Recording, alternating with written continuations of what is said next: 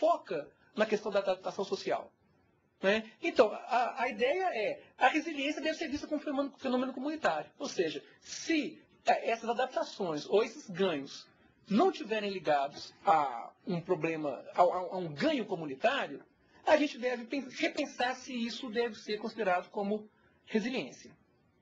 Bom, e aí a gente vai ver uma grande quantidade de autores e de estudos que estão voltados para isso, mas a gente vai ver que essas pesquisas sobre resiliência, então, ao adotar o bem-estar e o ajuste socioafetivo como critérios positivos, elas negligenciam uma parcela da população que se engaja para promover condições igualitárias para que cada indivíduo e os grupos aos quais eles pertencem possam construir uma vida que respeite as diferenças, conviva com a alteridade e promova a integração e a inclusão, em prol da construção de um bem-estar que não seja alienante nem excludente. Ou seja, eu acho que o grande desafio, a grande tendência agora nos estudos de resiliência seria, por um lado, estudar essas pessoas que não são tão bem adaptadas, mas que promovem ganhos ao longo do seu desenvolvimento, tanto para a sua competência de dignidade, da noção que tem de dignidade de viver, quanto para as pessoas e para a comunidade na qual elas estão inseridas.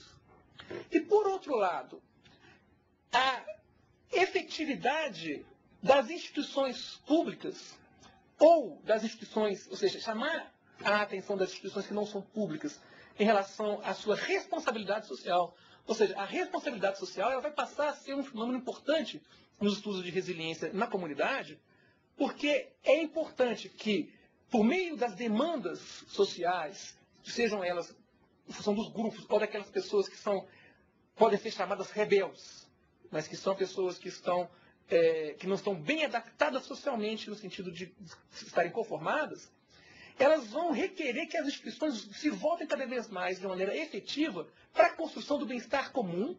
E esse bem-estar comum, ele passa pelo cuidado com a comunidade e pela inclusão, pelo respeito à diversidade. E esses estudos eles são muito mais raros, mas indicam uma nova perspectiva de resiliência que definitivamente vai tirar aquela ideia da resiliência como uma característica pessoal, como algo subjetivo, como algo que você vai seguir uma receita ou vai seguir passo a passo uma proposta de alguém que sabe tudo que é certo para você e que, consequentemente, vai determinar que se você entre aspas, resiliente ou não resiliente. Mas só mudando Vamos completamente, nosso tempo está acabando. Exatamente. Claro que o enfoque, como você está citando aí, é na comunidade, o grupo maior, etc. Mas algumas pessoas são resilientes, como você falou, centradas nelas mesmas. Pode um ambiente de caos, um ambiente difícil, etc. Mas elas continuam acima dessas, não são culpadas, não tem essa falta de proteção social, mas elas conseguem superar todas as adversidades.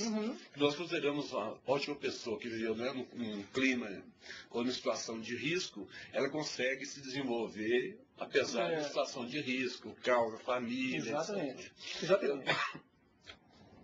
Eu lembrei no começo aqui na nossa conversa, antes do programa, eu lembrei do romancista, um grande contista francês, que é o Guy de Maupassant. Maupassant tinha uma mãe muito complicada, psicótica, perturbava demais, enlouqueceu no final da vida, mas ele amava demais essa mãe, a mãe física, não tinha nenhum contato assim, de maternidade, como foi descrito de maneira positiva, mas ele adorava essa mãe e foi até o final adorando essa mãe, tinha uma figura importante, apesar de ser uma pessoa de risco para qualquer filho, para qualquer pessoa e tal. Pois é, aí a importância de a gente questionar aquela escala lá de Rochester, por exemplo, e perceber que a mãe é uma função materna e não é a mãe biológica propriamente dita. Então, o Maupassant, possivelmente, ele teve uma rede de suporte que deu a ele condições de perceber que aquela mãe, ela não era má para ele. Ela tinha os seus limites. Mas houve outras condições para que ele pudesse desenvolver boas relações socioafetivas. Com isso, a gente remete a uma ideia. Há um pesquisador francês em resiliência, chamado Boris Cyrulnik, que ele vai resumir muito significativamente a resiliência a duas condições: vínculo e sentido.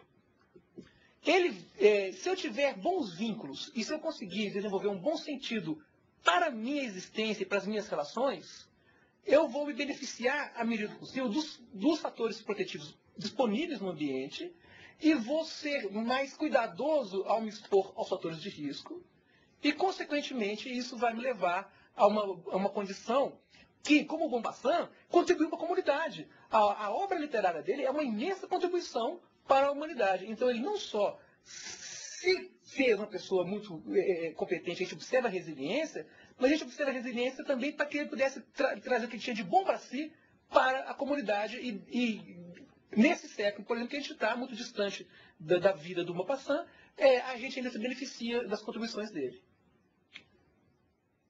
Bernardo, muito obrigado pela sua participação, falando desse tema tão difícil que é resiliência. Obrigado pela sua participação. Eu que agradeço. Obrigado pelo convite. Um abraço para você e para todo mundo que nos viu.